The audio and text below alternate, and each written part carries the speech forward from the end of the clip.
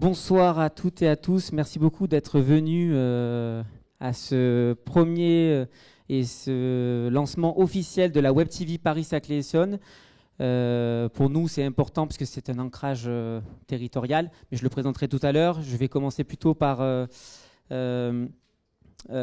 présenter le déroulé de la soirée. Donc, dans un premier temps, je vais présenter la Web TV Paris-Saclay-Essonne. Ensuite, s'enchaînera, et mes partenaires, bien évidemment. Et ensuite, s'enchaînera avec l'émission Tour d'Horizon, où là, on recevra pas mal d'invités qui viendront nous parler des sujets autour de l'attractivité du territoire, autour de la cohésion des territoires, également la transition écologique, énergie positive. Donc, voilà. Je vous propose, dans un premier temps, de regarder un déroulé, et ensuite je reviendrai pour la présentation de la Web TV.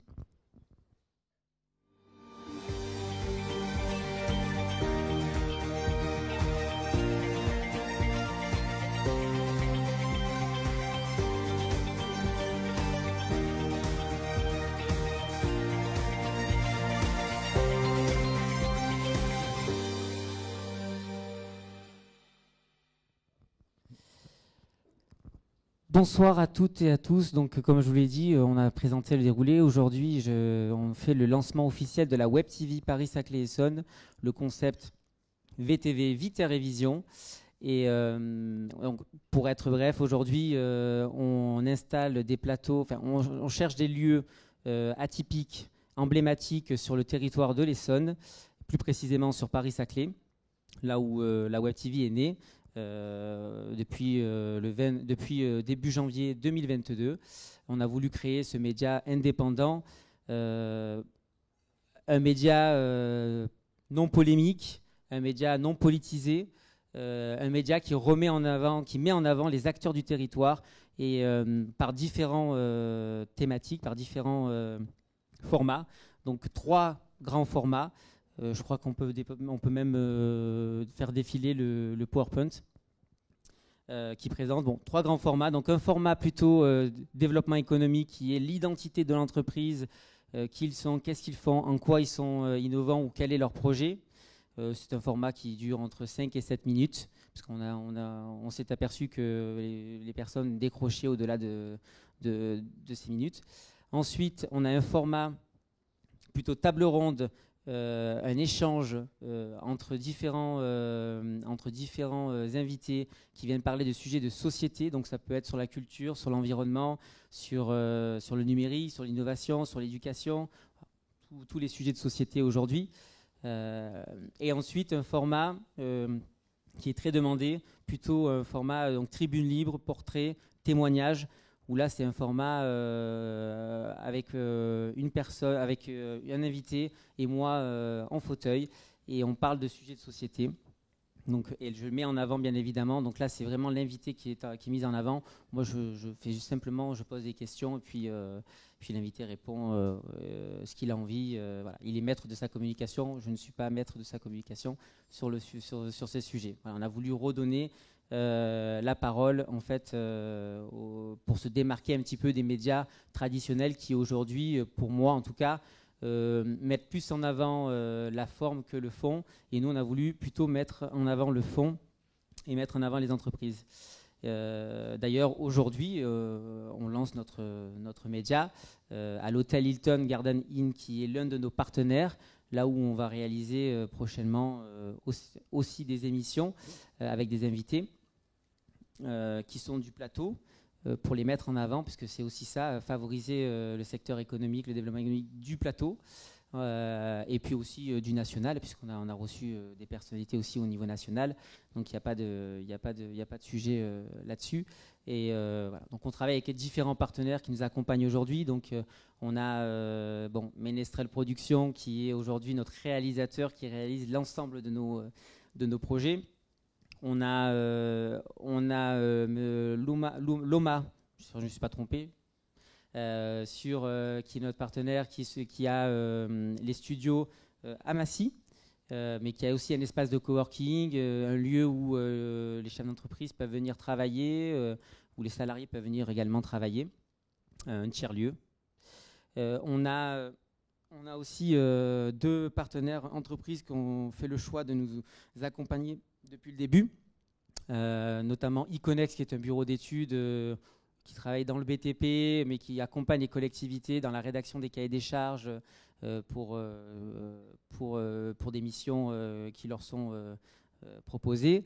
Et on a Antra Smart Energy, qui est une société innovante et à taille humaine aujourd'hui, qui travaille sur le secteur aussi du BTP, mais pas que, ils ont plein d'activités, mais vous les découvrirez à la rentrée sur d'autres émissions.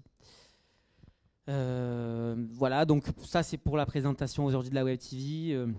Ce que je vais vous proposer, c'est de passer tout de suite à notre émission VTV Viter Révision. Aujourd'hui, c'est une émission un peu particulière, donc on l'a appelée Tour d'horizon parce que justement, on a différents invités qui vont nous accompagner tout au long de la soirée et dont on va parler de sujets de société. Et donc, dans un premier temps, on va ouvrir le bal avec donc le directeur de l'hôtel Hilton Garden Inn, Monsieur Frédéric Falguerac, et le président de Paris-Saclay le président de Paris-Saclay, de la communauté commune Paris-Saclay, maire de Palaiseau et également conseiller régional, Monsieur Grégoire de Lastérie.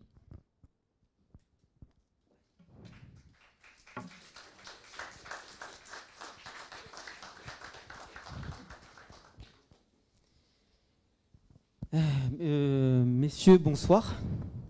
Bonsoir. Et bienvenue. Merci beaucoup d'avoir accepté notre invitation. Je vais commencer par plutôt faire parler d'abord dans un premier temps Monsieur Frédéric Falguerac, donc pour nous présenter un petit peu l'hôtel et surtout le concept Babette, qui aujourd'hui est un concept plutôt écolo, bio. Donc je vais vous laisser vous présenter. Merci. Si, on m'entend? On entend mon accent aussi? C'est bien. Ça y est, oui, vous l'avez très bien présenté. C'est le concept Babette. On a ouvert en novembre 2019 déjà. Ça fait très peu de temps que nous sommes ouverts. On a refait comme tout le monde. On a fermé en mars 2020. On n'a pas eu trop le choix. Et ensuite, donc, depuis l'an dernier, on a rouvert. Donc, le concept Babette, on a trois ambiances. On a le restaurant ici, qui est focalisé sur des produits français, des produits locaux. Ensuite, on a le bar qui est en haut, à l'étage, juste à côté, que je vous invite à découvrir, peut-être pas ce soir, mais un peu plus tard. Et ensuite, on a tout ce qui est notre concept store qui vient d'être terminé, où on a des produits aussi français. C'est surtout, ça rejoint donc la gamme écologique. Et pour terminer, les ateliers. Donc on ouvre le week-end, on ouvre notre bar qui est à l'étage pour toutes les associations, les gens qui peuvent faire par exemple vous savez, l'atelier typique faites votre savon, faites votre shampoing. On a plein de petites choses comme ça. Et donc on fait un partenariat, si vous voulez, avec les associations locales sur Massy ou Palaiseau aussi, pardon, et de la région. Voilà. Et ensuite, comme vous l'avez dit, l'hôtel qui lui est là à côté de Babette. Et du coup, l'espace de coworking que vous avez là-haut est ouvert à tous les gens, je suppose, de l'hôtel, mais aussi en dehors de l'hôtel ? On a un petit espace coworking, oui. Surtout, on l'utilise aussi en tant qu'espace réunion. Donc, ça dépend en fait des opportunités ou des gens qui se présentent. Mais effectivement, on peut faire aussi un peu de coworking. Mais merci beaucoup pour cette présentation. Merci à vous. Monsieur le Président, je voudrais ouvrir le bal avec vous aujourd'hui sur cette Web TV parce que vous nous accompagnez depuis le début. Je voudrais que vous nous donniez un petit peu votre vision de l'attractivité aujourd'hui du territoire et surtout nous présenter un petit peu aujourd'hui qu'est-ce que c'est Paris-Saclay. Donc, bon, au-delà de savoir que c'est 27 communes et plus de 314 000 habitants, vous allez plus en détail si votre vision aujourd'hui de ce territoire.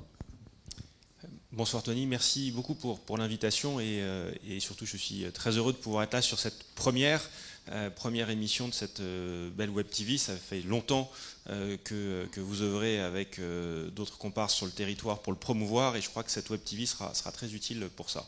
Parce que Paris-Saclay, et c'était l'objet de votre question, Paris-Saclay c'est une marque qui représente beaucoup de choses. D'abord c'est un territoire, vous l'avez dit, de 27 communes sur le nord-ouest de l'Essonne. On est à Massy, qui est une des communes importantes de l'agglomération Paris-Saclay, mais qui va globalement de communes comme Gif, à l'ouest du territoire, jusqu'aux communes qui bordent Orly, Vissou, Chilly-Mazarin, jusqu'au sud, jusqu'à Marcoussis, et jusqu'à Verrières pour aller encore plus au nord. Donc c'est toutes ces 27 communes-là qui se sont regroupées en 2016 pour avoir une communauté d'intérêt, une communauté d'agglomération sur des projets communs qui se fondent sur plusieurs caractéristiques de notre territoire. La première, c'est qu'on est un territoire qui allie ville et campagne. Et lorsque un habitant décide de devenir paris-saclésien et de venir habiter chez nous, c'est parce qu'en fait, il cherche cet équilibre entre ville et campagne. Alors évidemment, quand il va choisir d'aller vivre à Massy, c'est que la partie urbaine est plus importante, mais il va vouloir une proximité forte de la nature. Quand il va aller s'installer à Soleil-Chartreux, ça va être un petit peu plus le côté rural qu'il va rechercher, mais tout en étant proche de tous les services qu'offre la ville. Mais ça, c'est la première caractéristique qui est importante. La seconde, c'est la qualité de vie, qui est lié un petit peu au premier point que j'ai évoqué, mais la qualité de vie de notre territoire, avec des équipements à rayonnement régionaux. On est donc ici à Massy, à côté de l'Opéra de Massy. On a un très beau théâtre à Longjumeau. On a le centre national du rugby qui est à Marcoussis. On a l'autodrome de Linas-Montlhéry.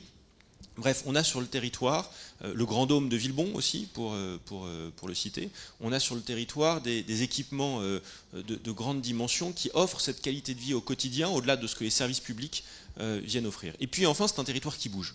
C'est un territoire qui bouge parce qu'on a de nombreuses entreprises extrêmement dynamiques, soit parce qu'à proximité du pôle d'Orly, avec pas mal d'activités de logistique, en lien direct avec la plateforme aéroportuaire, soit dans les nombreux parcs d'activités. On a plus d'une 60aine de parcs d'activités sur Paris-Saclay, dont le principal s'appelle Courtabœuf.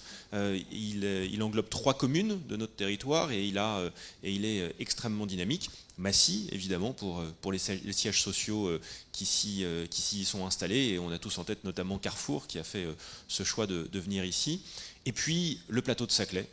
Le plateau de Saclay qui est, d'après le MIT, l'un des 8 plus grands pôles mondiaux d'innovation dans le monde, que le classement de Shanghai a placé comme la première université de l'Union européenne, et notamment première en mathématiques du monde, l'université de Paris-Saclay, l'Institut Polytechnique de Paris, et donc là un pôle qui regroupe 15 à 20% de la recherche française. Donc l'innovation de la France, elle s'invente à Paris-Saclay, elle s'invente sur ce territoire, et c'est aussi pour ça que je crois que notre territoire est attractif, parce qu'il offre ces perspectives pour toute une population extrêmement large. Et d'ailleurs, je crois que la meilleure démonstration, c'est que 40% des Paris-Saclésiens ont moins de 30 ans. Et ça aussi, ça montre toute la force et le dynamisme qu'il y a sur ce territoire. Si je résume bien, c'est un petit peu la Silicon Valley. C'est la Silicon Valley sur un plateau. C'est ça. Et justement, comment vous arrivez à mettre j'allais dire, dans la bonne entente entre justement le haut du plateau, puis le bas, faire descendre justement un petit peu les jeunes qui sont là-haut pour venir consommer au niveau local, parce que c'est vrai que c'est toujours on a cette difficulté-là. On dit ouais, là-haut, mais pourquoi ils descendent pas forcément tous en bas?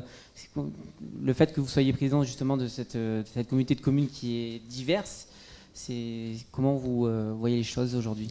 Alors avec les élus, avec mes collègues maires, on a plusieurs enjeux. Le maire de Gif-sur-Yvette, le maire d'Orsay, qui est d'ailleurs présent dans la salle et que je salue, qui je crois sera tout à l'heure au micro, en effet. La commune de Palaiseau, mais également la commune de Saclay, qui sont les communes qui, sur le plateau, hébergent une partie du projet du plateau de Saclay. Notre enjeu, c'est que l'ensemble des populations, de nos communes, mais plus globalement des 27 communes de l'agglomération, puissent profiter de ce qui se passe sur le plateau de Saclay. Et c'est très important de créer des liens. Si le plateau de Saclay, c'est simplement un îlot de recherche qui n'a pas de lien avec le reste du territoire, finalement, on passe quand même à côté de beaucoup de choses. Et donc, on cherche à faire des liens forts entre les écoles, les institutions, les laboratoires et le reste du territoire. Ça passe par des moments événementiels. Je pense notamment à la semaine de la science, qui met énormément en avant ce qui s'invente à Paris-Saclay. Ça se passe aussi par des partenariats quotidiens. On va avoir des élèves des grandes écoles qui vont venir dans nos lycées pour accompagner les étudiants vers la préparation des études supérieures. C'est des schémas qui existent dans beaucoup d'écoles et qui fonctionnent très très bien, dont les lycées sont très demandeurs. On va essayer de mettre aussi en place pas mal de conventions de partenariat avec ce qui se passe sur le plateau. Notamment, moi, il y a un sujet qui pour moi est très important. Ce qui s'invente dans les laboratoires de Paris-Saclay, je veux que ça puisse être d'abord expérimenté sur Paris-Saclay. Je vous donne un exemple. EDF, il y a quelques années, a déployé avec un consortium, un partenaire, sur Internet par la lumière. Ça s'appelle le LiFi. On a été très heureux. Le quartier Camille Claudel à Palaiseau a été le premier quartier d'Europe à être équipé entièrement d'éclairage public LiFi dans le cadre de cette expérimentation. Et là, on voit bien qu'il y a un dialogue entre les habitants et ce qui se passe sur le plateau. Et ça, je crois que c'est crucial pour le rayonnement de Paris-Saclay. Monsieur le Président, Frédéric, merci beaucoup d'avoir accepté notre invitation et d'avoir ouvert ce bal. Donc, merci beaucoup en tout cas de votre venue. On va passer à la table numéro 2 avec Monsieur Philippe Blétery, vice-président vente pays clés, marché stratégique.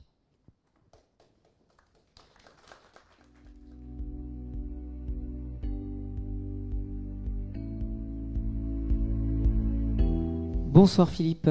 Bonsoir Tony, bonsoir Franck. Bonsoir Philippe. Tout d'abord, je vais présenter Franck Nebosio qui nous a rejoint et qui aujourd'hui m'accompagne depuis le début dans cette aventure, avec notamment aussi, je ne l'ai pas dit tout à l'heure, mais Marie Muscat qui est à la stratégie commerciale, qui est à l'événementiel et qui d'ailleurs a organisé tout cet événementiel aujourd'hui. C'est pour ça qu'on est présent d'ailleurs. On le remercie, on la félicite. Et la communication. Franck, il est spécialisé en développement économique et politique. Et du coup, je vais lui laisser la parole parce que c'est lui qui va vous scruter ce soir. Bon, scruter est un bien grand mot. D'abord, merci Philippe d'avoir accepté notre invitation. Donc, on va essayer de parler un petit peu de votre entreprise et puis, en fait, son positionnement par rapport aux sujets qui sont d'actualité aujourd'hui, qui sont la transition écologique et l'environnement. Donc, ma question, elle est simple. Depuis très longtemps, vous êtes un des références de l'industrie. On peut le dire, française, en termes d'innovation technologique. Aujourd'hui, au-delà d'accompagner les territoires et les villes dans leur transition numérique, comment ces innovations peuvent-elles permettre aujourd'hui un meilleur engagement citoyen, une meilleure inclusion, voire jouer un rôle dans une meilleure gestion environnementale, Alors, tout d'abord, Tony, Franck, merci pour votre invitation. Alors, effectivement, il y a de nombreuses attentes aujourd'hui sur le comment les solutions du numérique, au-delà de la technologie, va permettre d'amener certains éléments de réponse par rapport aux grands enjeux de la société. L'environnement, l'inclusion, la place du citoyen. Chez Alcatel-Lucent Entreprises, on essaye d'amener des éléments de réponse à travers nos solutions et services, mais aussi à travers la manière dont nous agissons en tant qu'entreprise. Donc, en tant que fournisseur de réseaux et de communication, nous accompagnons les villes et les territoires dans la transition numérique. Alors, il s'agit à travers des réseaux performants, automatisés, fiables, de réduire des réseaux publics, du Wi-Fi public, de réduire la fracture numérique pour permettre des nouveaux services vers les entreprises de la ville, des nouveaux services vers les agents, des nouveaux services pour le citoyen. Alors, les nouveaux services, déjà, dans un premier temps, on l'a tous connu, c'est la mise en place du télétravail. Donc, c'est comment est-ce qu'on apporte une solution. Et aujourd'hui, on a une solution qui s'appelle Rainbow, qui va permettre, une solution française, qui va permettre d'amener de la collaboration à distance, d'amener des services de partage de documents, de travail conjoint, de chat, d'audio, de communication à plusieurs avec l'extérieur. Donc ça, effectivement, le télétravail, c'est déjà un premier élément de réponse environnementale, parce que moins de déplacements, évidemment, moins de pollution, une réponse à l'environnement. C'est aussi une réponse de société, parce qu'aujourd'hui, moins on passe de temps dans les transports, et étant en région parisienne, moi n'étant pas tout à fait de Massy, je peux vous le dire que voilà, il y a un temps de transport non négligeable. Ça permet aussi d'avoir une meilleure qualité de vie, d'être capable d'un peu mieux pondérer le temps de travail avec le temps de famille. Et c'est aussi un mode d'inclusion, le télétravail, parce que ça va permettre aux gens qui ne sont pas capables de se déplacer sur un lieu de travail, de participer activement à la vie de l'entreprise. Alors après, c'est aussi la mise en place de services qui vont être plus des services vers le citoyen. Ça fait plusieurs années déjà qu'on met en place des services de type de prise de rendez-vous en ligne, des services d'enquête vers le citoyen. On est en train de travailler sur du vote en ligne. Donc tous ces types de services qu'on est en train de mettre en place avec nos solutions, ça va permettre également d'offrir ces services à tout le monde, que ce soit les gens qui sont à proximité ou les gens qui sont un peu plus isolés sur le territoire. Donc ramener tous ces services de manière automatisée, avec des bots aussi qui vont permettre effectivement très typiquement de travailler dans toutes les langues, ce qui va permettre aussi l'accueil des gens qui viennent de l'étranger, qui viennent vivre en France. Ça va permettre d'inclure le plus grand nombre. Et après, on va être, et typiquement, alors je vais vous faire voyager un petit peu, mais on vient juste de déployer 10 000 postes de téléphonie IP sur les municipalités d'Hokkaido au Japon, dans les appartements et les villes des personnes âgées, des seniors. Alors, ce qui permet de ramener tous les services de la ville sur une interface très simple sur un téléphone, qui va leur permettre, par exemple, de réserver un transport public pour aller suivre des soins sur une clinique, qui va leur permettre d'échanger avec le voisinage s'ils ont besoin d'un petit service pour aller faire des courses, des choses comme ça. Donc, c'est ramener de l'inclusion, permettre à ces gens-là de rester chez eux, de rester vivre dans leur logement, même sur des territoires qui sont assez isolés, et de les ramener dans les services de la ville. Vous avez employé un mot tout à l'heure qui résonne très fortement chez moi, qui est la fracture numérique. Et donc aujourd'hui, effectivement, est-ce que vous ne pensez pas que cette numérisation à outrance ne va pas un petit peu justement créer le fossé avec certaines générations notamment, et qui va justement créer une fracture numérique encore plus large qu'elle n'existe aujourd'hui ? Alors, c'est un vrai enjeu aujourd'hui de la transformation numérique, de la transition numérique. C'est comment est-ce qu'effectivement on arrive à ramener toutes les populations. Alors aujourd'hui, le gros avantage qu'on va avoir, c'est d'avoir des technologies qui ramènent les différents types de médias. Aujourd'hui, typiquement, on est capable de ramener effectivement du bot, du chat, qui est quand même le média privilégié pour les jeunes générations, mais on est capable immédiatement d'escalader vers un agent, que ce soit en mode audio, que ce soit en mode vidéo, parce qu'il y a des générations qui vont préférer effectivement ce contact-là. Après, j'en parlais, la réservation en ligne, ça peut être réservé effectivement une communication à distance, ça peut être réservé un service en présentiel. Il y a encore des gens, quand ils peuvent se déplacer, qui préfèrent les services en présentiel. C'est vrai. Après, ce qui est intéressant, c'est qu'on peut avoir des usages un peu plus spécifiques. Typiquement, on a lancé une plateforme qui s'appelle Rainbow Classroom, alors, qui est une plateforme d'enseignement à distance. Alors, comme on l'a tous vécu pendant la période de Covid, et effectivement, ça a permis la continuité de l'enseignement. Mais au quotidien, ça permet aussi d'accueillir l'élève qui est absent pour une longue durée, une hospitalisation, et qui va malgré tout se retrouver inséré de manière digitale dans la classe, qui va pouvoir participer aux activités avec ses camarades, rencontrer ses camarades et ne pas se sentir isolé. D'accord. Et d'un point de vue environnemental, un des beaux projets sur lesquels on travaille, c'est avec le Grand Paris, la RATP, le projet Bus 2025, donc le passage au tout électrique, aller sur la réduction du carbone footprint. Et là, on est sur la connexion de l'ensemble des arrêts de bus, typiquement, ce qui va permettre de récupérer l'information de consommation énergétique des bus et de vérifier qu'effectivement, ce qu'on met en place, ça a un impact positif vis-à-vis de l'environnement de la ville. Ça va aussi vérifier effectivement où on en est de la batterie et en fonction du trafic et du trajet effectué, s'assurer que le bus va être capable d'aller à l'étape suivante. Ça peut être intéressant, effectivement. Ok, écoutez, merci en tous les cas pour cette présentation aussi claire que vous l'avez faite. Merci d'être venu. Et puis à bientôt, j'espère. Merci et à très bientôt. Pour développer un peu plus ça. Parce que comme vous me l'avez dit, mon ami Tony, nous faisons des formats un petit peu plus larges où on développe un petit peu effectivement ce que peut être effectivement aujourd'hui la transition numérique. Ce sera avec grand plaisir. Merci à vous, Philippe. Merci Franck, merci Tony. Au revoir.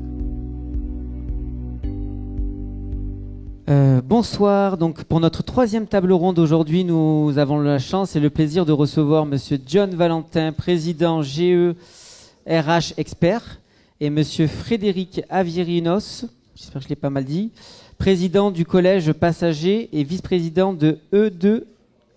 Entreprise filiale de France. Je vais laisser plus expliquer du coup. Merci Entreprise beaucoup, filiale messieurs. de France. Voilà, c'est ça. Merci beaucoup, messieurs, d'avoir accepté notre invitation. Merci. Et puis, je vais donner la parole à mon ami Franck. Donc Frédéric, John, bienvenue.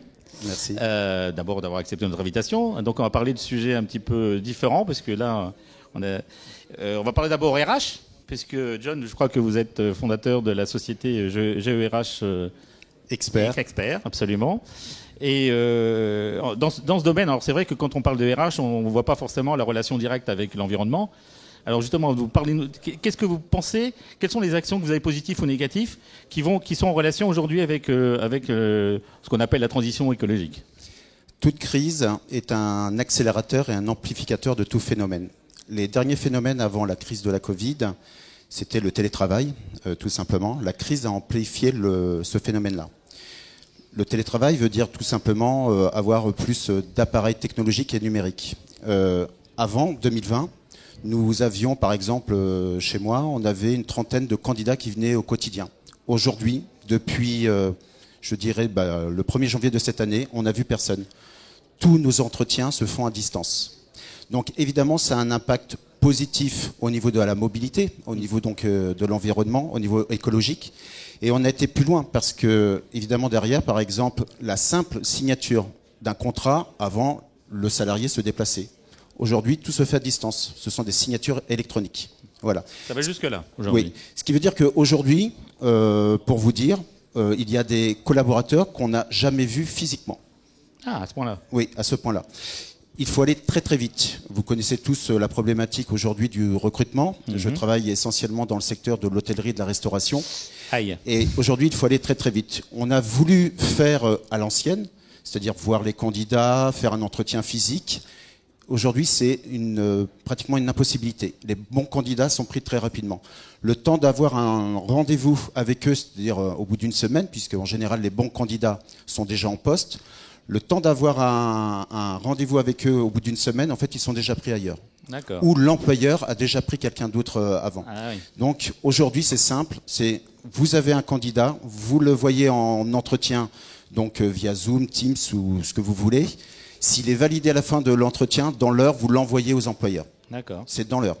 Ce sont des choses qu'on n'avait pas imaginées avant. Du coup, avant. ça raccourcit un petit peu je dirais, les cycles de recrutement. Tout à fait. C'est-à-dire que avant, un employeur pouvait attendre évidemment des semaines, voire des mois sur certains postes. Et aujourd'hui, en fait, on est obligé d'aller très très vite. Surtout qu'il y a eu quand même une accélération au niveau du tourisme.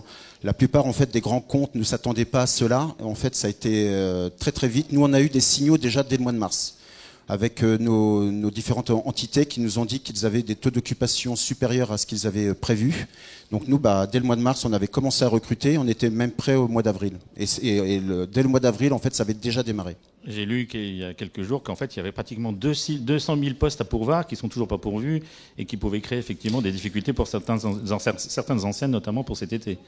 Alors, ce qui est intéressant, c'est que du point de vue du salarié, c'est que avant, dans le secteur de l'hôtellerie et de la restauration, il y avait une concurrence intra-sectorielle. C'est-à-dire le salarié allait d'un hôtel à l'autre ou d'un restaurant à l'autre. Avec la Covid, il a été obligé, en fait, ce salarié, d'aller voir d'autres secteurs, évidemment. Et il a pu comparer. C'est-à-dire qu'aujourd'hui, en fait, la compétition et l'offre au niveau des entreprises, il doit en fait être en compétition avec d'autres secteurs. C'est-à-dire qu'aujourd'hui, un restaurateur qui offre de la coupure à son serveur, ça va être très compliqué pour lui de trouver quelqu'un. Alors que si ce serveur peut aller dans la logistique, faire du lundi au vendredi de 8h à 16h, sans coupure. Alors, je crois savoir que vous avez une autre activité qui est liée à l'art, il me semble. Oui, tout à fait. Eh bien, comme dit bien Darwin, il a fallu se réinventer, s'adapter. Et on avait un très gros vivier, effectivement, d'hôteliers, de restaurateurs. Et on avait des contacts avec des artistes. Et on s'est dit, tiens, ça serait intéressant, effectivement, de les relier. Donc, tout ceci va aussi dans la cohésion sociale, territoriale et même au niveau de l'environnement. Parce qu'on a une richesse d'artistes autour de nous qu'on ne connaît pas. Les bons artistes, effectivement, quand ils sont très professionnels, ne savent pas se vendre. ils ne sont pas de bons commerciaux. Ils savent parler de leur art ou ils font parler d'eux-mêmes par leur art, mais ils ont besoin d'intermédiaires. Eh bien, on commence à être leur intermédiaire. Et évidemment, notre vivier, ça a été l'hôtellerie et la restauration, dans un premier temps. C'est-à-dire qu'en fait, vous utilisez les hôtels ou les restaurants pour faire vous les transformez en galerie d'art, quoi, quelque part. Voilà, si possible, on fait ce qu'on appelle en fait cette mise en relation entre des lieux et des artistes. Il faut savoir que par exemple en France, il y avait 3000 galeries avant la crise. Je peux vous dire que plus de 50% ont fait faillite. Ce qui veut dire qu'il y a à peu près plus de 100 000 artistes, donc vous pouvez vous imaginer la difficulté qu'ils vont avoir à trouver des lieux. D'accord. Il y a 220 000, il y avait 220 000 établissements hôteliers et restauration. Donc ça offre un peu plus de lieux pour eux. Voilà. Merci John. De rien. Alors je tourne vers Frédéric. Alors Frédéric, d'abord parlez-nous de votre activité. C'est quoi? C'est E2F, c'est ça? Oui. Donc parlez-nous de E2F. Alors E2F, ça veut dire Entreprise Fluviale de France. D'accord. C'est le syndicat professionnel national des armateurs fluviaux. D'accord. Sur les voies navigables, vous avez des marchandises et vous avez des passagers. Il faut savoir que depuis quelques années, les passagers ont dépassé les marchandises. Mais les marchandises restent importantes. Par exemple, tous les chantiers Grand Paris que vous voyez, les métros, etc., les matériaux de construction arrivent par voie fluviale, les débris partent par voie fluviale.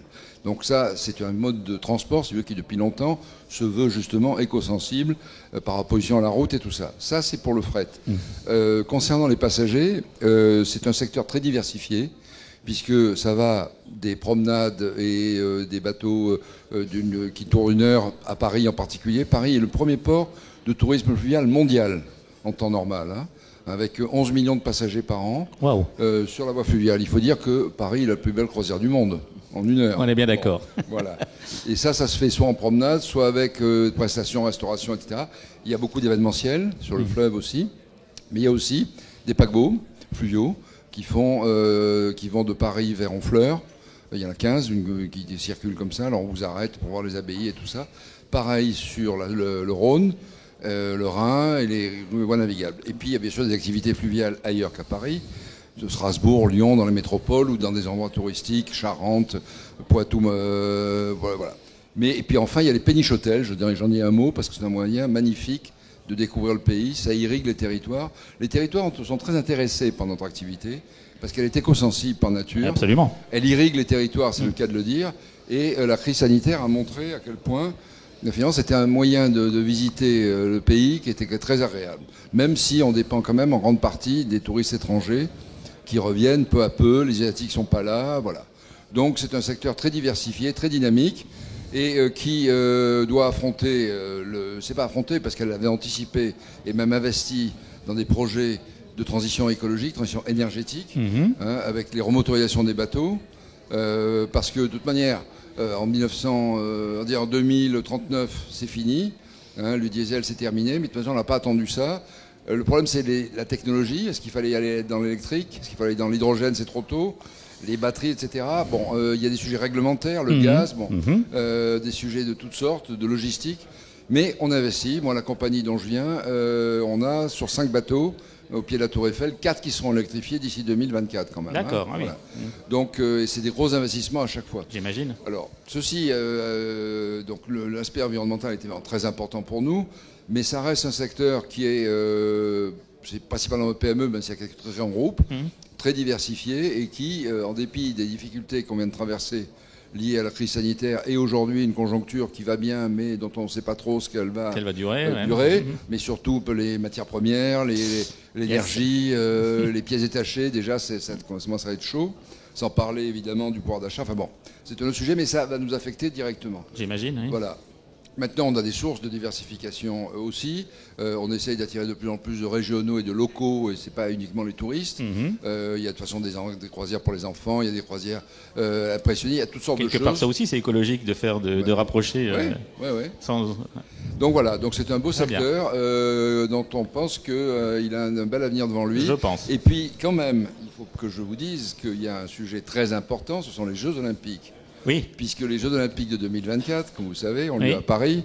Et là, le fleuve va avoir une importance capitale. Tout à fait. Puisqu'il y a un certain nombre d'épreuves qui se passent sur le fleuve, d'autres en bordure du fleuve. Absolument. Et enfin, il y a maintenant la décision de faire une grande parade inaugurale avec 150 bateaux, plus 30 bateaux. Là, il faut dire que c'est un vaste sujet Et nous sommes, moi, je suis Vous êtes participé je participais en tant que... Ouais. Nous, c'est nous les professionnels, c'est avec nous que ça se passe. Et avec Paris 2024, c'est-à-dire le COJO, et aussi la DIJOP, la Direction interministérielle des Jeux Olympiques et Paralympiques, on est en partenariat pour faire que cet événement soit magnifique. Et c'est un bel enjeu. Donc voilà, on a des belles perspectives devant nous. C'est très on sort d'une intéressant, période effectivement. difficile, c'est très diversifié. Et très prometteur. Et c'est très prometteur. Et très écologique. Et voilà. Merci Frédéric pour cette présentation. Merci John, merci Frédéric. Merci. Merci À à très vous bientôt, deux. j'espère. À bientôt. Je vous propose d'aller sur la 4e table ronde.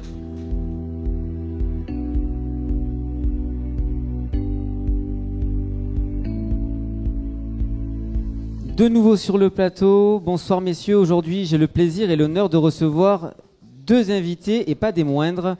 Un qui représente le 95 et l'autre qui représente le 91. Monsieur Rachid Hadda, directeur général de Vonum, syndicat mixte numérique du 95. Et monsieur François Durovray, président de l'Essonne. Bonsoir. Bonsoir. Bonsoir. Merci beaucoup d'avoir accepté notre invitation. Alors moi, j'ai envie de vous poser une question à tous les deux, messieurs. Mais dans un premier temps, je vais laisser prendre la parole Rachid. Comment des projets locaux peuvent remonter collectivement au niveau de la région IDF aujourd'hui, pour justement éviter un peu les impairs et pour que les départements entre eux puissent travailler collectivement sur des projets communs, que ce soit le déploiement de la fibre, que ce soit sur le développement du numérique de façon générale?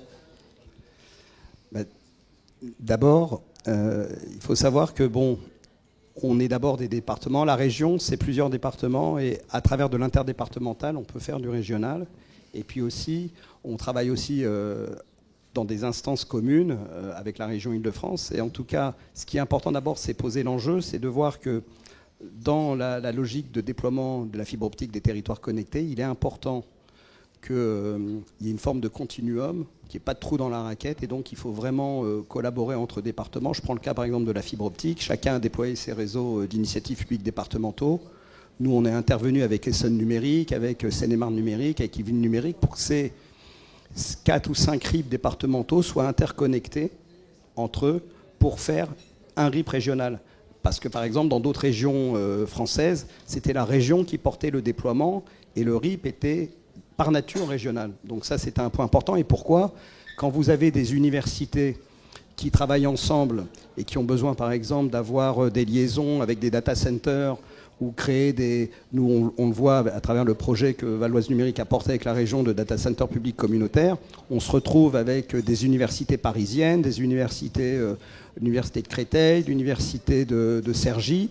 Et on a besoin d'avoir des réseaux qui vont de bout en bout, d'un point à l'autre de l'Île-de-France. Et on ne peut pas se permettre d'avoir un checkpoint au niveau de la limite départementale. Et ensuite, c'est important aussi de ne pas avoir un ego mal placé, de se dire que l'autre a une moins bonne idée que soi. Aussi d'être égoïste, de se dire qu'une bonne idée ne doit pas être partagée. Et notamment, nous, en tout cas, côté Valoise Numérique, et je travaille beaucoup avec les services de l'Essonne, par exemple, mais aussi de la Seine-et-Marne, c'est lorsqu'on a une idée, on travaille sur la vidéoprotection mutualisée, le territoire connecté, le déploiement de réseaux IoT, type LoRa, etc. C'est d'avoir toujours, même si on sait que notre mission, c'est de faire le mieux là où on est, dans notre département, c'est d'avoir toujours cette perspective, d'avoir une vocation régionale et de travailler entre départements pour pouvoir s'apporter les bonnes pratiques et que notre terrain de travail, c'est bien entendu pour moi le département du Val d'Oise, mais toujours se dire que le Val d'Oise, c'est une partie de l'Île-de-France, et en particulier avec les départements de Grande Couronne, qui partagent les mêmes problématiques. Et d'ailleurs, les départements de Grande Couronne, aujourd'hui, sont rassemblés dans une association où ils travaillent déjà ensemble, où ils choisissent des projets ensemble, qu'ils cofinancent avec un fonds mutualisé. Donc c'est hyper important, à travers, surtout en matière du numérique, il ne faudrait pas que le fait que en Île-de-France, on a des départements qui sont forts, qui sont capables de porter des projets. Finalement, ça affaiblisse l'Île-de-France parce qu'on aura des projets très forts localement et qui ne seront pas interconnectés, alors que dans d'autres régions, il y a un pôle central et puis il n'y a presque rien autour. Et du coup, on a des déploiements qui sont généralisés à une région.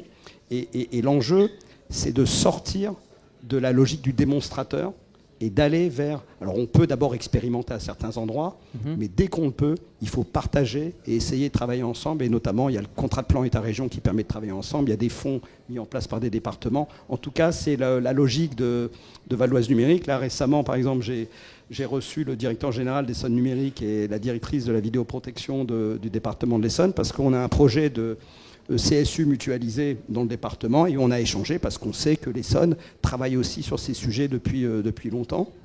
Et je pense que c'est comme ça que la force des départements fera qu'on a une région qui sera vraiment connectée dans une logique de territoire durable aussi. Rachid, merci beaucoup d'avoir répondu à notre question. Monsieur le Président, vous, votre vision aujourd'hui, justement, le fait d'essayer de travailler en commun avec les départements voisins pour remonter justement ces projets locaux au niveau Île-de-France. Quand on est aujourd'hui citoyen, on se dit sans doute que c'est un joyeux bordel. Parce qu'il y a les communes, les départements, les intercommunalités, les territoires, la métropole du Grand Paris, la région. Et tout ça, c'est extrêmement complexe. Je pense que tout le monde est d'accord, tous les élus, même au-delà des citoyens, sont d'accord pour dire que c'est très complexe. Mais après, on n'est pas toujours d'accord sur les solutions à apporter pour que ça fonctionne mieux. Donc moi, ce qu'on a essayé de faire, et c'est vrai que tu l'évoquais tout à l'heure, il y a eu l'initiative en 2015, lorsqu'il y a eu des nouvelles équipes qui ont été élues. J'ai pris l'initiative de créer cette association Grande Couronne Capitale, qui rassemblait à l'origine les 4 départements de Grande Couronne et qui aujourd'hui rassemble tous les départements, à l'exception malheureusement de Paris, tout simplement parce qu'on a souhaité mettre en commun les dossiers que nous avons à traiter. Les départements, ils ont des compétences propres sur le social, les collèges, les routes départementales. La région a ses compétences sur le développement économique, sur les lycées. Mais il faut qu'on ait un dialogue permanent, il faut que ce soit très fluide pour qu'on soit plus efficace et que pour les citoyens, ce soit également plus clair. Donc on a aujourd'hui une habitude de travail entre les départements. On se voit très régulièrement entre présidents. On se voit très régulièrement avec la présidente de la région. On aborde les questions de ruralité, les questions de contrats pour les communes, les questions de numérique. On a des sujets, par exemple, qui sont évidemment interconnectés. La mobilité. Est-ce que vous imaginez qu'on puisse traiter en Île-de-France les questions de RER, de route, si on n'est pas capable de discuter entre nous? Donc tous ces sujets-là, évidemment, on les aborde et on essaie de trouver des solutions communes. Là, j'étais encore aujourd'hui avec mes homologues des différents départements pour essayer de se dire que l'enjeu, c'est de raccorder les départements de la Grande Couronne au futur métro du Grand Paris qui va bientôt ouvrir dans quelques années, et que pour ça, il faut qu'on ait quelques trams, mais il faut peut-être aussi qu'on ait des lignes de bus qui permettent de prendre les habitants au fin fond de la Grande Couronne pour les ramener vers la métropole. Donc ce sont des sujets en fait très concrets qu'on essaie d'aborder. On a tous notre identité, notre fanion, et moi je vais vous dire, l'Essonne c'est la capitale de la région Île-de-France, avec Paris qui est une ville de banlieue. Le Val d'Oise, c'est la province. Et moi, je suis ravi de partir en vacances dans le Val d'Oise parce qu'il y a plein de jolis paysages comme dans le Vexin. Mais et je suis persuadé que mon homologue du Val d'Oise dirait la même chose en disant que le Val d'Oise, c'est la capitale. Voilà. Et il faut tous qu'on ait l'idée de faire de nos territoires des centres parce qu'on a plein de belles choses sur chacun de nos départements. Mais il faut tous avoir conscience qu'on dépend les uns des autres et que par conséquent, on doit se concerter. Moi, par exemple, je suis bien content que mon fils soit à la fac à Saclay. Bah oui. Moi aussi, je suis content qu'il soit à Saclay. Quand je disais que l'Essonne était un centre et que c'était la capitale. Messieurs, merci beaucoup d'avoir répondu à cette question. Et avec la Web TV, on suivra ça de très près. J'espère qu'on aura l'occasion de voir un projet commun entre le département du 95 et le département du 91. Il y en a déjà beaucoup. Il y en a beaucoup et on se voit bientôt sur le numérique, notamment avec et au-delà, ouais. Et puis sur la vidéoprotection, on va faire des choses ensemble aussi. Et au-delà. Merci beaucoup, messieurs, d'avoir accepté notre invitation. Merci, Tony. Merci de nous avoir invités.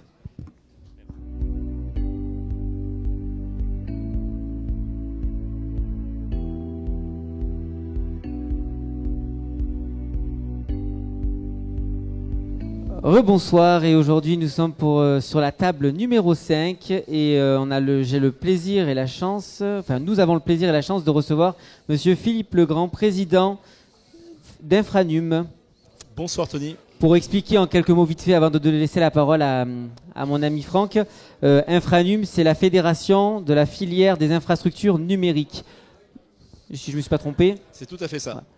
Franck ? Alors justement, vous allez nous expliquer plus en détail ce que c'est qu'Infranum.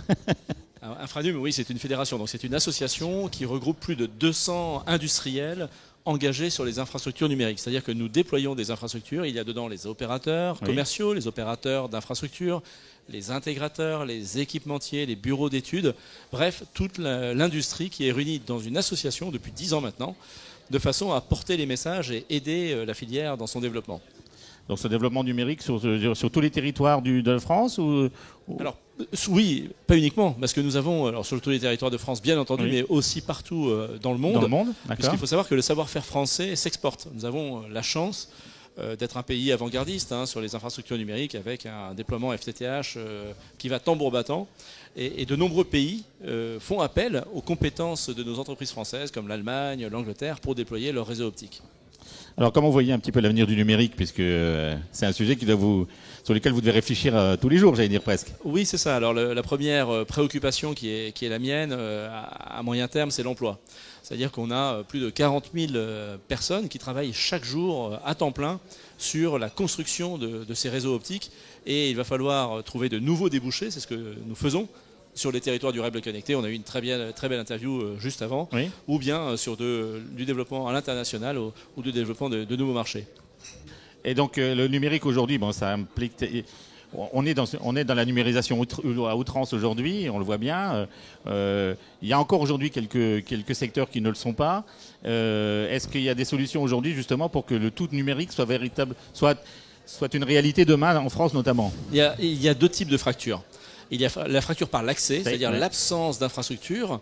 Eh bien, on vient de sortir hier notre observatoire sur les infrastructures numériques. 70% des foyers français sont raccordables. On sera à plus de 80% à la fin de l'année.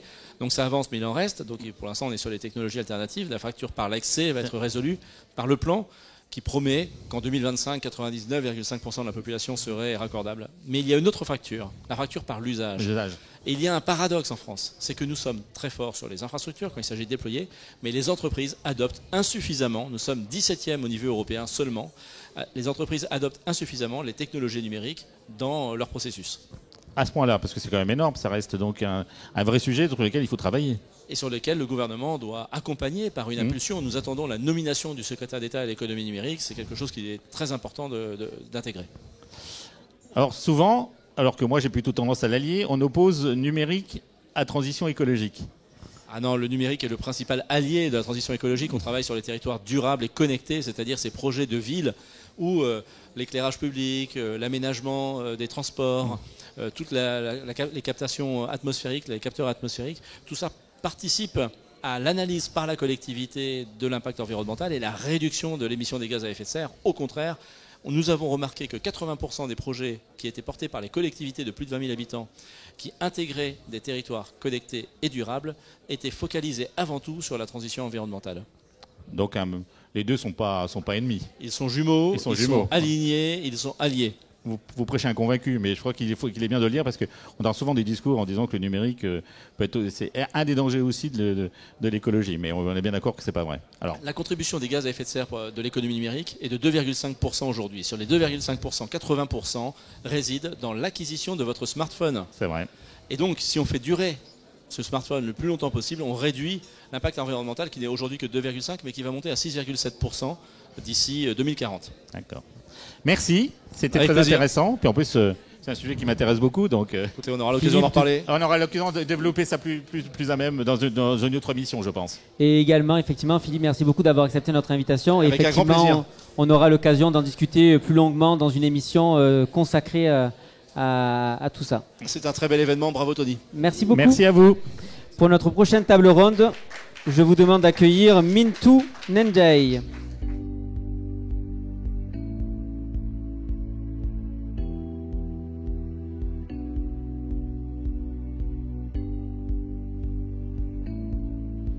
De retour sur le plateau pour notre table numéro 6 et notre prochaine invitée est pas des moindres, Madame Mintu Nendai, directrice corporate gouvernance chez l'Olivier Assurance et créatrice de podcast UPECO. Bonsoir. Bonsoir Tony, bonsoir messieurs. Bonsoir Mintu. Merci beaucoup pour l'invitation. On a déjà eu l'occasion de vous recevoir dans une autre émission pour parler d'autres sujets. Et ce soir, j'aimerais bien aborder un sujet avec vous dont on parle peu. Le réseau Énergie Femmes, c'est quoi aujourd'hui ?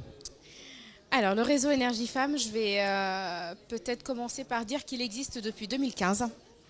Voilà maintenant 7 ans qu'on existe, principalement présent en Île-de-France. Et depuis 2020, avec le confinement, on commence à avoir de plus en plus de membres qui sont en province, à Bordeaux, Toulouse et en Bretagne. Donc ça, c'est déjà une satisfaction. Qui sommes-nous? En fait, Énergie Femmes est partie d'un constat. C'est qu'on a aujourd'hui beaucoup de lois, beaucoup de réglementations, etc. pour dire qu'il nous faut une égalité salariale, il nous faut une égalité homme-femme. Une fois qu'on a dit ça, il faut aussi donner les moyens aux femmes de pouvoir atteindre en fait ces objectifs-là. Donc on est un réseau qui a 2 particularités. Le premier, c'est qu'on regroupe aussi bien des salariés, des entrepreneurs, des indépendantes. Et le deuxième, c'est que c'est tout secteur d'activité confondu. Donc c'est un réseau professionnel féminin qui se veut inclusif par essence. Ça, c'est le premier point. Et la deuxième chose, c'est qu'on s'est dit que l'objectif, c'était de faire en sorte qu'on puisse accompagner chaque femme à d'abord assumer son ambition et ensuite leur donner des armes, des outils. On estime qu'on est un peu la boîte à outils de la femme ambitieuse, leur donner des outils pour qu'elles puissent atteindre chacune leur objectif professionnel. Donc dans ce cadre-là, on va faire des after-work qui leur permettent de se connecter, d'élargir leur réseau, des ateliers qui leur permettent de monter en compétences sur des thématiques comme la négociation, comment poser sa voix quand on parle, comment améliorer son image et sa communication professionnelle. Et après, depuis quelques années, on a également 2 événements qu'on fait dans l'année qui sont ouverts à tout le public et qui permettent de faire un peu une sorte de portes ouvertes. Que les gens puissent voir un peu qui on est, qu'est-ce qu'on fait, qu'est-ce qu'on propose. Et cette année, on a un thème fort qui est la thématique femmes, argent et pouvoir, qui nous sert un peu de fil directeur toute l'année, pour lequel on a déjà fait un débat, une table ronde, et on va continuer plusieurs actions et activités sur cette thématique-là. Justement, pouvez-vous nous donner plus en détail justement de cette initiative ? Sur Femmes, Argent et Pouvoir. En fait, Énergie Femmes a aujourd'hui un peu plus de 500 membres depuis 7 ans. Et donc, on a voulu cette fois-ci avoir une approche plus collaborative en demandant à nos membres quelles sont les thématiques sur lesquelles elles voudraient qu'on parle.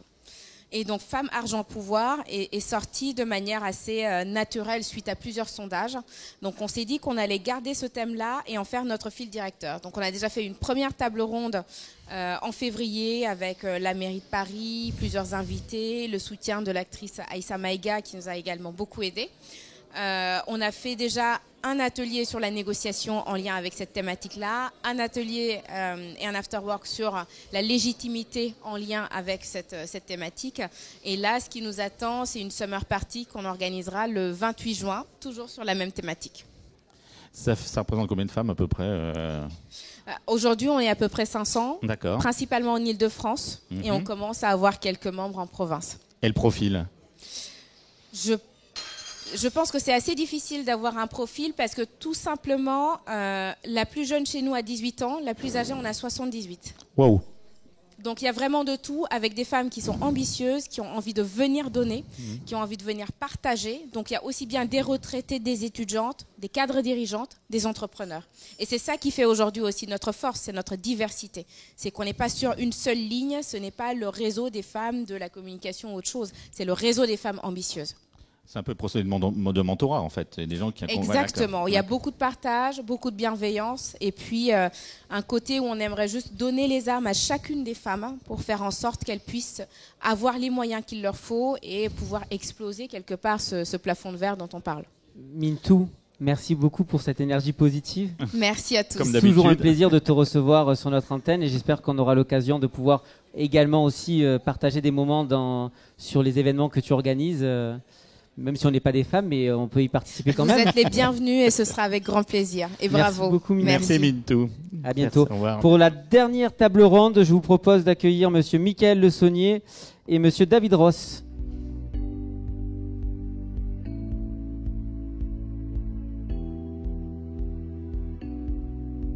Rebonsoir pour cette dernière table ronde. J'ai le plaisir et l'honneur, nous avons le plaisir et l'honneur avec mon ami Franck d'accueillir Monsieur Michael Le Saunier, maire adjoint à l'environnement et à l'urbanisme de la commune Bullion dans le 78 et président également de l'association Les Marcheurs-Cueilleurs. et Monsieur David Ross, maire d'Orsay et vice-président à la communauté de communes Paris-Saclay en charge de l'innovation, à la recherche et au numérique. Bonsoir. Bonsoir. Bonsoir Tony, bonsoir Franck. Ouais. Avant de commencer notre table ronde, malheureusement ce soir, la ministre, Madame Amélie de Montchalin, à la transition écologique et à la cohésion des territoires, n'a pas pu être présente pour des raisons, j'allais dire, ministérielles. Mais elle a souhaité quand même faire une vidéo que je vous propose d'écouter. De ne pas être avec vous ce soir, autour de vous tous et puis autour de toi, Tony, qui lance cette Web TV, qui est un projet que je trouve très positif et décisif pour que notre territoire soit un territoire de collectif. Il se trouve que je suis au Conseil des ministres européens des transports à Luxembourg, où la France, vous le savez, a la présidence de ce Conseil européen encore jusqu'à la fin du mois de juin. Et nous avons aujourd'hui des textes décisifs sur les transports aériens, maritimes, sur aussi les conséquences de la guerre en Ukraine sur les transports et notamment les transports de denrées alimentaires. Bref, mon obligation et mon rôle est d'être parmi les ministres européens et malheureusement pas avec vous, mais je tenais quand même à pouvoir m'exprimer et surtout apporter tout mon soutien à cette belle initiative.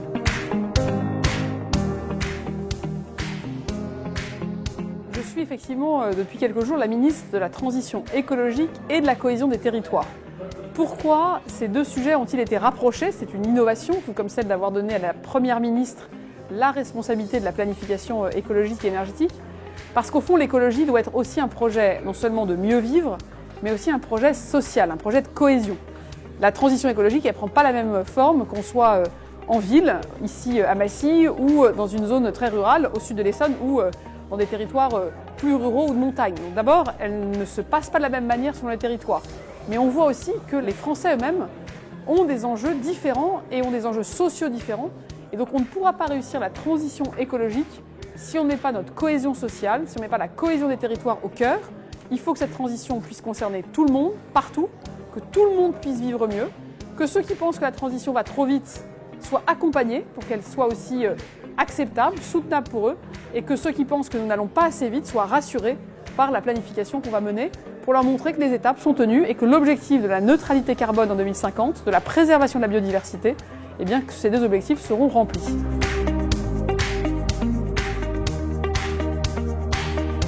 Moi, mon rôle, c'est de créer les conditions de l'action de tous. L'action des citoyens d'abord, pour qu'ils rénovent leur maison, pour qu'ils changent de véhicule, pour qu'ils consomment autrement. L'action évidemment des élus, parce que ce sont les élus qui aujourd'hui ont la compétence des déchets, la compétence de l'aménagement, de l'urbanisme, du logement, la compétence aussi de la prévention des risques contre les inondations, la gestion de l'eau. Donc beaucoup de sujets dépendent des élus. La question c'est comment on lève les freins, parce que je sais que les élus sont très engagés pour la transition, mais parfois ils se heurtent à des complexités ou à des lenteurs. Et puis aussi la mobilisation de l'administration, qui doit devenir vraiment une administration qui accompagne, qui facilite, qui fait que les bons projets voient vite le jour, plutôt qu'une administration qui est vue par beaucoup comme étant celle qui dit non, qui contraint. Elle contraint pour des bonnes raisons, mais elle doit davantage accompagner et être proche de ceux qui veulent faire, parce qu'il n'y a qu'avec tous, avec les élus, avec les citoyens, avec les entreprises, qu'on réussira.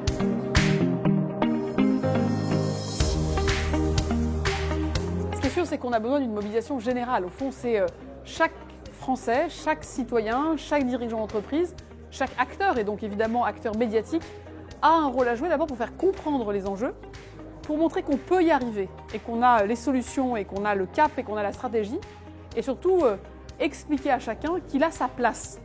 On ne peut pas imaginer la transition en mettant certains Français de côté, on ne peut pas imaginer la transition en nous divisant, et donc oui, les médias qui véhiculent à la fois des informations, des explications, qui peuvent aussi expliquer les enjeux précis et concrets, sont décisifs. Et puis je pense que les médias qui montrent des acteurs en train de faire, des élus en train de décider des choses positives, des citoyens en train de changer leur comportement, des entreprises en train de se transformer pour réussir cette transition, c'est décisif parce que les Français doivent voir que ça se passe. On ne parle pas d'un monde qui viendra plus tard, mais que ça se passe déjà, et que notre enjeu c'est bien d'accélérer et d'inventer évidemment des choses nouvelles, mais bien aussi de soutenir ceux qui le font déjà, que cette transition soit effective.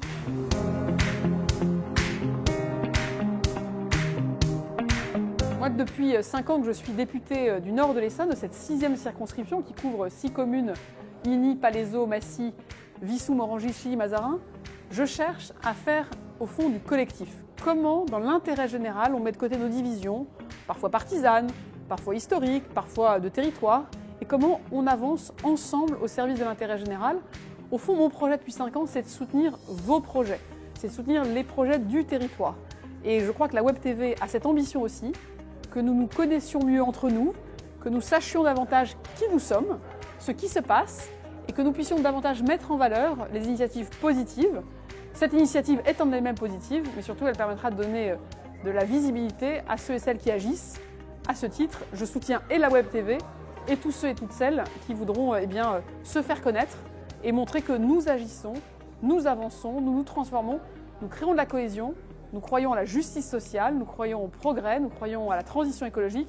Bref, beaucoup de choses à valoriser et à faire ensemble. Merci Tony pour cette belle initiative.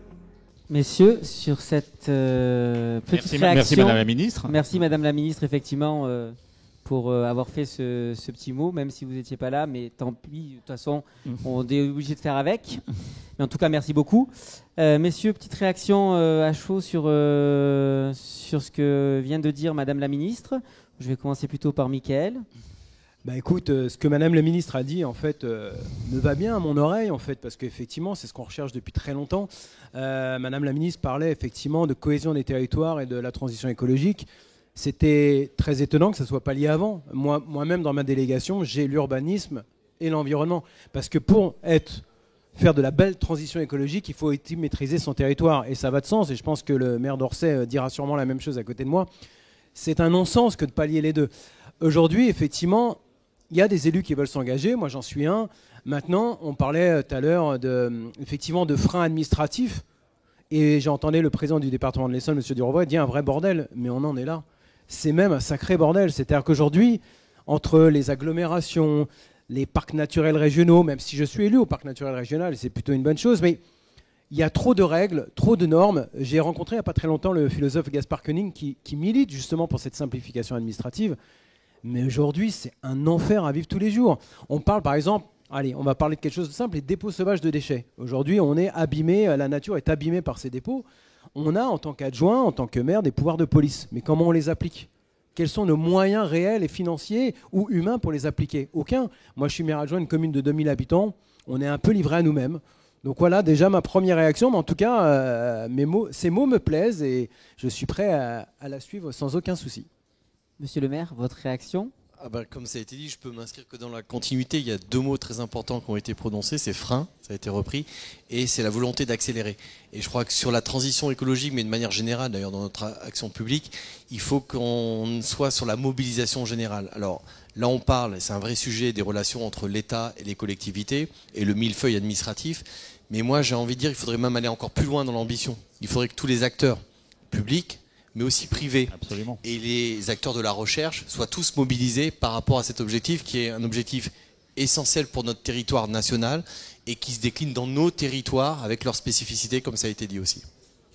D'ailleurs, Tony, tu as écrit un livre qui va dans ce sens en disant qu'effectivement, tous les acteurs de l'économie, de la politique et le citoyen doivent être effectivement, je pense qu'il y a une vraie cohésion à monter là-dessus sur des projets autour de la transition écologique. Il ne faut pas que ce soit la propriété d'un gouvernement ou la propriété il faut vraiment effectivement mettre l'humain au centre de tout, et l'humain, c'est quel que soit l'humain, quoi. Tu viens de le dire, en fait, l'humain au centre de tout, c'est très important. Effectivement, aujourd'hui, c'est très compliqué. Quand on parle d'écologie, on parle toujours d'esprit partisan. Parce qu'aujourd'hui, l'écologie a une couleur politique. Or, c'est faux. On est tous écologistes. On a tous le moyen d'œuvrer autour de soi de manière quotidienne, réelle, implicite, etc., sans pour autant avoir une étiquette écologiste. Écologiste, ça veut dire quoi ? Ça veut dire qu'on est écologiste parce qu'on a envie de mandat politique et on s'inscrit dans une politique ? Absolument pas. J'ai tendance à dire, et je suis assez provoquant quand je dis, je connais des gens d'extrême droite qui sont des écologistes. Quand on fait son jardin potager, qu'on achète local, qu'on a un récupérateur d'eau, qu'on a un compost chez soi, on est dans une mouvance écologiste. Et pourtant, on ne se revendique pas comme écologiste politique. Donc voilà, moi, il faudrait qu'on dépasse tous ces clivages. On est toujours dans le clivage perpétuel. On porte une idée, tiens, c'est une idée écolo, je vais être très cru, mais tu nous emmerdes avec ton écologie, etc. Or non, aujourd'hui, on doit être tous ensemble. que ce soit de droite, de gauche, de la Lune ou d'ailleurs, on doit être réunis pour le même objectif commun, c'est sauver notre planète pour nos enfants et nos petits-enfants. Et on s'en rend pas compte, mais quand vous avez l'impression que le soleil vous crame dehors et que vous voyez votre herbe qui est déjà brûlée au début du mois de juin, on a une vraie question à se poser. Moi, je suis élu au Parc naturel régional. Aujourd'hui, on se pose déjà la question comment on va alimenter en eau pour juillet-août, les champs agricoles, etc. Le réseau hydrographique est très bas, les nappes phréatiques sont plus bas. Il y a une vraie urgence. Bon, voilà. Et il est temps de s'associer à tous. Là, on n'est pas 11 bonhommes comme au foot, on n'est pas 11 bonhommes. On doit être 11 bonhommes ensemble, que ce soit le défenseur, le gardien de but ou l'attaquant. On a tous la même direction à prendre. Et quelque part, le public avec. Exactement, tout à fait. Et du coup, comment on arrive à réconcilier justement avec et à la fois la transition écologique et à la fois le côté innovation, le côté enseignement supérieur, qui aujourd'hui, vous en avez la vice-présidence, mais aujourd'hui beaucoup de jeunes se sentent mis à l'écart, se sentent pas, n'ont pas forcément non plus les moyens de pouvoir faire ces grandes écoles. Comment donner l'égalité à tous, de pouvoir accéder justement à ces univers? Alors, je vois que Tony a des ambitions parce qu'il pose des questions pour faire des futures émissions de demain, parce que là, il nous faudrait plus que les 5 minutes pour développer tout ça. Mais plus sérieusement, par rapport à ce qui a été dit jusqu'à maintenant, je pense qu'on a une chance sur notre territoire, puisque la Web TV, l'idée, c'est aussi de faire vivre les acteurs du territoire. C'est la variable enseignement supérieur, recherche, innovation qui est très présente sur notre territoire et qui irrigue jusque dans les Yvelines, puisque l'université Paris-Saclay va jusqu'à Saint-Quentin. Et donc, il faut qu'on s'appuie sur ce progrès scientifique, sur ce progrès technologique pour qu'ils servent ces missions qui ont été dites de transition écologique, parce qu'on a des domaines sur lesquels on sait que ça peut faire des progrès. Et je pense que les jeunes, il faut qu'on puisse les sensibiliser sur ces questions-là à travers l'aspect sciences-société, à travers l'aspect formation, sensibilisation au niveau des collèges. Donc on avait tout à l'heure le président du département, au niveau des lycées, vous avez évoqué la région, et puis au niveau de nos territoires avec les élus et puis les agglomérations. Et quand on discute avec les jeunes, ils sont dans le en même temps ou dans la contradiction. Ils sont à la fois très portés sur la sauvegarde de la planète, et puis ils sont eux-mêmes utilisateurs d'outils très dispendieux en termes énergétiques et notamment pas forcément les smartphones. vertueux. Voilà. Donc c'est intéressant parce que il y a l'état d'esprit et puis après il y a le produit avec lequel ils sont confrontés dans leur quotidien, et donc il y a un vrai travail d'aller-retour à faire et d'éclairage citoyen. On a notre responsabilité à apporter, mais je pense que le scientifique a une parole très importante à avoir, et moi je milite, alors il se trouve que je suis par ailleurs, c'est un hasard scientifique, mais je milite pour qu'il y ait davantage de scientifiques qui s'investissent dans le champ politique et citoyen. Quand on parle d'innovation, justement, je pense, monsieur le maire, on parle d'innovation et numérique, c'est bien, on va bien dans ce sens-là. C'est bien justement le fait de développer des nouvelles technologies, notamment, qui vont permettre de régler quelques problèmes écologiques. Tout à fait. Et je ne sais pas ce qui est fait sur la très belle ville de Bullion, mais c'est vrai que quand on veut faire des travaux avant de dépenser de l'argent, on essaie de faire des audits, et maintenant on a des outils qui permettent d'estimer les pertes énergétiques, des choses vraiment très performantes qui ne coûtent pas forcément très cher et qui sont pour des élus des aides utiles pour prendre les bonnes décisions dans la transition écologique que portait Madame la Ministre. Peut-être un mot à rajouter, Mickaël ? Non, il a bien résumé les choses. Non, effectivement, aujourd'hui, il y a beaucoup d'outils. On parlait aussi tout à l'heure de météorologie. Aujourd'hui, on est capable, à l'avance, de savoir quel phénomène météo va arriver. Donc, ça nous aide. On parle de GEMAPI, de prévention des inondations. Aujourd'hui, on s'en sert beaucoup, etc. Donc, effectivement, oui, l'innovation n'est pas un ennemi de la transition écologique, mais c'est bien un allié. Mais il faut que les gens s'en rendent compte. Après, effectivement, on parlait tout à l'heure d'écologie partisane. Aujourd'hui, il y a les anti-tout qui ne proposent jamais rien, et il y a ceux qui sont pour tout et qui proposent pas non plus grand-chose. Aujourd'hui, il faut proposer des choses qui sont réalisables. On disait que Madame la Ministre disait que 70%, ou c'était marqué 70% des leviers sont locaux. Et ben, il faut commencer par nous-mêmes et par l'exemplarité des communes. J'en veux pour preuve, dans les communes, aujourd'hui, il est difficile de recevoir un habitant et presque de l'accuser d'avoir une maison dépensière en énergie quand nous-mêmes, le bâtiment communal, il est en simple vitrage ou il est chauffé par du fuel ou même des fois un chauffage d'un autre temps. Donc il y a des économies à faire en termes de la municipalité, et on parle aussi, on n'a pas parlé économie, écologie, mais quand on peut lier les deux, c'est un bonheur. Et effectivement, la transition écologique commence aussi par des économies.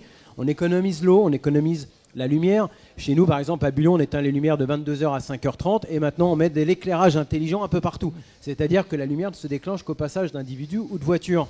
Et bien ça, c'est 30% d'économie. L'eau, on a mis des petits systèmes sur tous nos robinets. Aujourd'hui, c'est 30% également d'économie. Il existe plein de petits moyens qui ne sont pas très onéreux, ils sont surtout très vite rentables. Voilà, donc la transition écologique, on vous dit que ça coûte cher. Ça peut coûter cher en investissement, mais en général, le retour sur investissement est 2 fois supérieur à l'investissement On est bien initial. d'accord. Et il faut bien le noter. Messieurs, merci beaucoup d'avoir accepté notre Merci invitation. à vous deux, oui. Bah, merci, Mickaël, ouais. tu m'en voudras pas, mais je voudrais laisser le mot de fin à Monsieur le maire, parce que tout particulièrement parce qu'il nous suit depuis le début. On a fait nos premières émissions à Orsay et on va continuer. Hein. On va pas... Ça a été un de nos plus gros soutiens, il faut le dire. Alors, un des plus gros soutiens. Donc je voulais donner le mot de fin à Monsieur le maire. Et tu oublies, Tony, que j'étais à la première des premières. C'est vrai, à la toute première, c'est vrai, à l'initiative. c'est vrai. C'est vrai, j'avoue. Non, mais du coup, notre présence, j'ai vu que tu as gardé le meilleur pour la fin, donc on est ravis tous les deux d'être là pour la conclusion. Mais plus sérieusement, c'est assez symptomatique de ce qu'on disait tout à l'heure sur la transition écologique. On a expérimenté quelque chose à une petite échelle sur Orsay, comme on a pu, avec les moyens. Vous êtes en train d'être en pleine croissance, puisque le débat sur la croissance, c'est un débat qu'on a toujours en toile de fond. Mais je pense que votre rôle, il est majeur, parce qu'on parlait des acteurs, et vous avez la capacité, sur une soirée, sur des thèmes, de réunir des acteurs d'horizons différents, qui ne viendraient pas s'il n'y avait pas le côté médiatique, parce qu'on est tous comme ça. Et donc, sur un temps court, sur un sujet donné, de réunir tout le monde et de nous prendre à témoin, de faire relever des challenges. Et donc, merci d'être là. Et puis, longue vie à Web TV sur notre territoire. Merci beaucoup. Alors on va terminer et je pense qu'on va un mot de conclusion. Mais avant de faire un mot de conclusion, on va comme on parle d'avenir, on a parlé d'avenir. Là, il y a des émissions qui vont se monter incessamment sous peu. Et il y en a une que j'aimerais qu'on monte assez rapidement. Et je fais revenir d'ailleurs mon ami Leonardo, si tu peux venir 2 minutes. Leonardo, merci. Leonardo qui a développé, qui a mis en place un nouveau système dont tu veux nous parler, de son nom. Oui, en fait, j'ai déposé un principe, parce qu'un principe peut se déposer chez huissier à Lyon. Et donc, ce principe s'appelle le perma-développement. Évidemment, c'est la permaculture qui m'a inspiré, sauf que je lui ai donné un nom à ce principe après 10 années de travail, que j'ai gardé secrètement. Et le perma-développement tourne le dos au développement durable qui, pour moi, finalement, n'a abouti à rien. Sinon, Yaka, Faucon, prospective et diagnostic. Et vous verrez que lorsque je vous présenterai ce principe de perma-développement, eh bien, j'ai réussi à lui donner une voilure qui est applicable pour l'être humain. Je vous ai entendu parler de mettre l'humain au centre des attentions, ce que n'a pas fait le développement durable. Et donc, ce principe peut être appliqué à l'échelle individuelle, à l'échelle de n'importe quelle organisation, privée, publique ou associative, et ça permet de recréer le lien entre l'administration, le management aujourd'hui ça n'a plus de sens, donc il faut redonner une autre dimension, et je propose un nouveau paradigme et une boîte à outils qui est à la disposition de ceux qui veulent travailler, les femmes et les hommes, là où ils sont, parce que c'est applicable partout, et je l'applique au Bénin, à Cotonou, et bientôt au Togo, à Lomé. Donc ça marche. Merci. Voilà, merci Tony. Donc c'est une émission qu'on développera incessamment sous peu. Et on continue à parler d'environnement et transition écologique. C'est ce qu'on aime dans le direct, c'est les imprévus. Donc là, c'était un imprévu. Et puis aussi, je rappelle, c'est que Mickaël, qui est invité aujourd'hui, mais qui va nous rejoindre aussi sur des thématiques à la rentrée au niveau de l'environnement et de la transition écologique. Et ça pourrait être Mickaël qui interviewe d'ailleurs notre ami Leonardo. Exactement. Le rendez-vous est pris. Le rendez-vous est pris. Merci beaucoup en tout cas d'avoir accepté de venir. Merci de nous avoir écoutés. Et à tous une excellente soirée. Et puis je vous propose du coup le cocktail et les échanges dans la salle, parce que c'est ce qu'on aime aussi. Je crois qu'ils ont déjà profité du cocktail. C'est vrai. Bon, merci beaucoup. Au revoir. Merci, au revoir. Merci.